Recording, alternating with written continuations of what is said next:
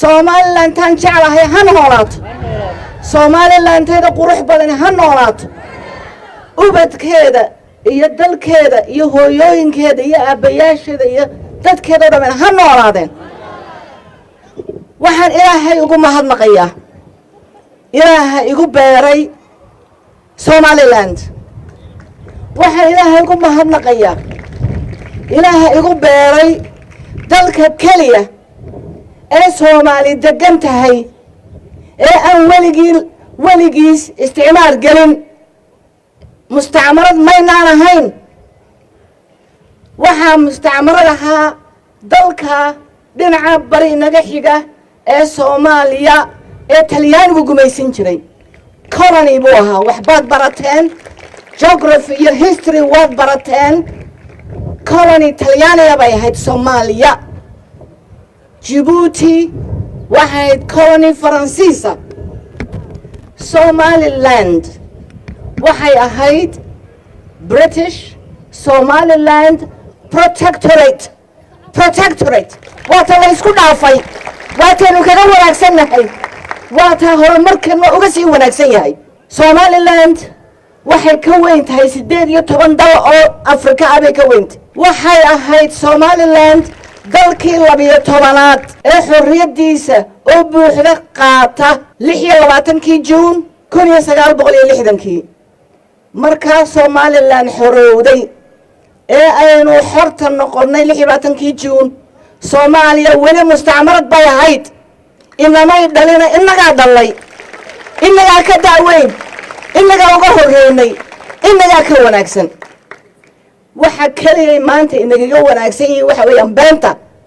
Somaliland nacaybka inaga wanaagsan yihiin waxay kale inaga wanaagsan yihiin kuraasida ay midabka dahabiga marinayaan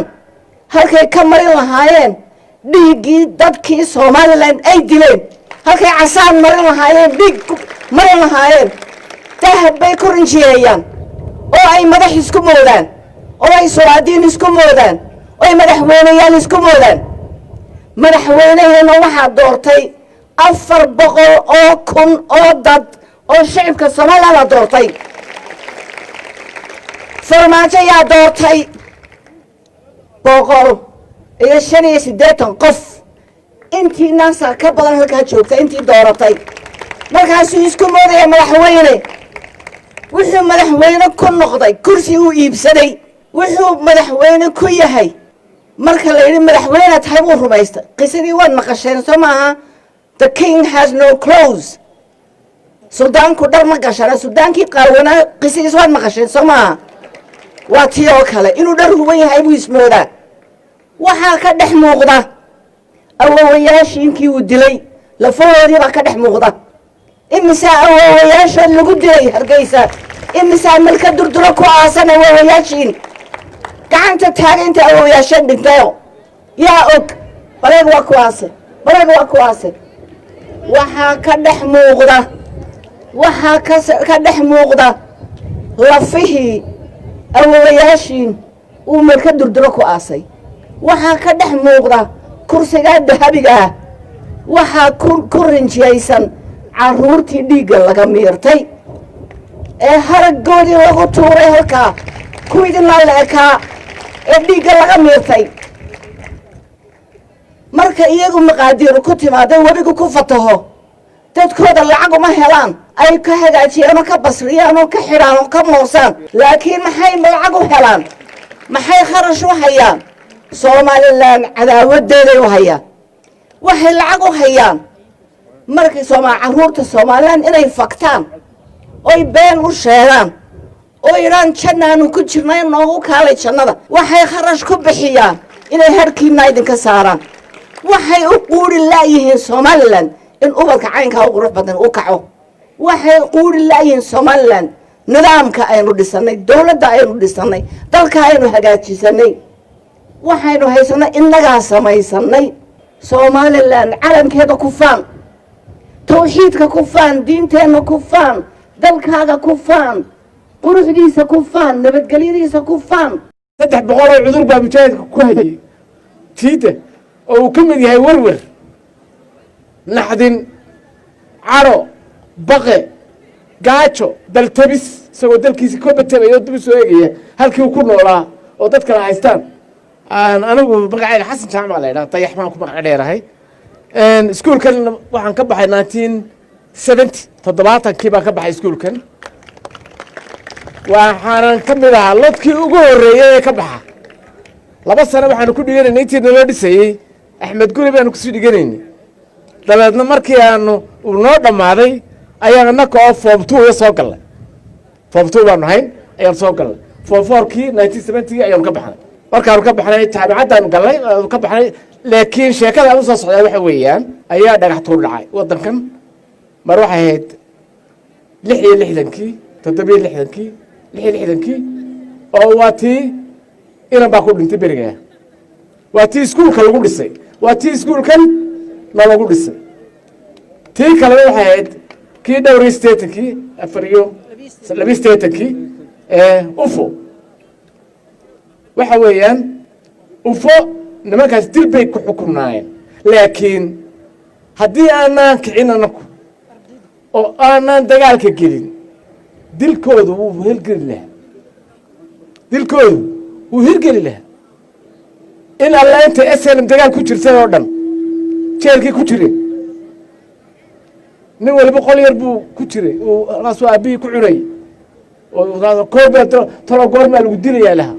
goormaa lagu yeedhayaa markaanu cadowgii jabinay aanu ka adkaanay ayaydna baryada timi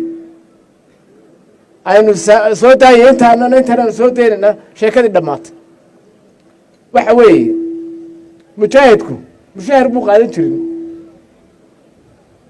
mushahar muu qaadan jirin diraysna muu lahayn nin iyo shaar yar iyo surwaal yar iyo kaba yarar buu ku googo-ay marka dalkaaga lagaa saaro inta xanuun ee ku haynaysaa way fara badantay hinaasaa ku jira